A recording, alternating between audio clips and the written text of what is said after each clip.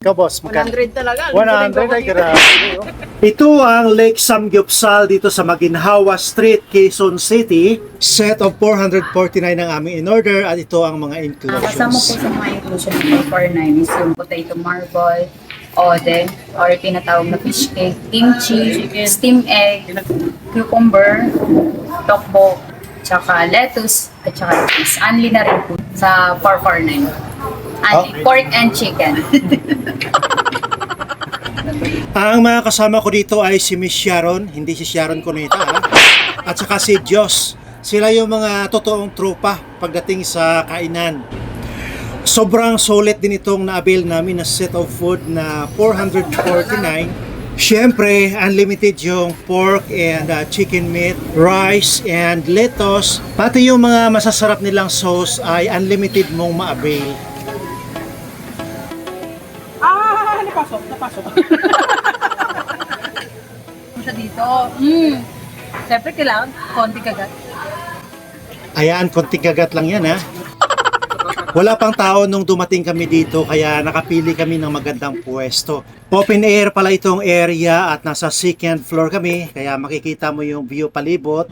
Sobrang liwanag ng area at parang Pasko na dahil sa maraming nakadisplay na mga ilaw. Maganda yung ambience, tahimik at maramdaman mo yung simoy ng hangin lalo na't palapit na ang Disyembre.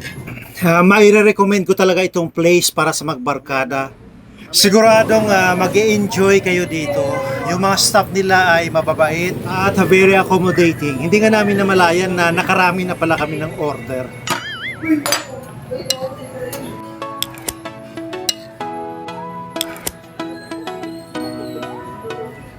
Gusto ko yung lasa ng pork nila kahit wala pang sauce, malasa na. At saka yung kimchi, yung pinakagusto ko sa lahat. Ang sarap ng kimchi nila. Pagkaluto nila ng rice, masarap at ang bango ng rice, parang bagong harvest na dinurado yung amoy. Kaya pati yung rice ni Miss Sharon ay ako na rin yung nakaubos. Nasarapan ako doon sa maliliit na patatas, ang tamis ng kanilang sauce. At saka yung lettuce naman ay fresh na fresh pa yung dahon. Ask ko lang kung tama ba yung ginagawa ko, guys.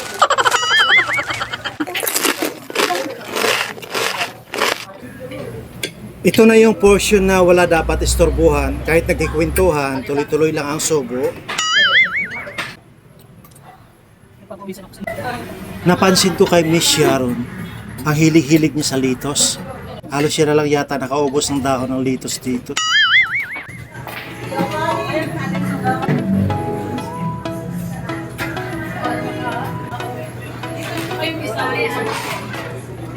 Bakit kaya nagliligpit na si ate?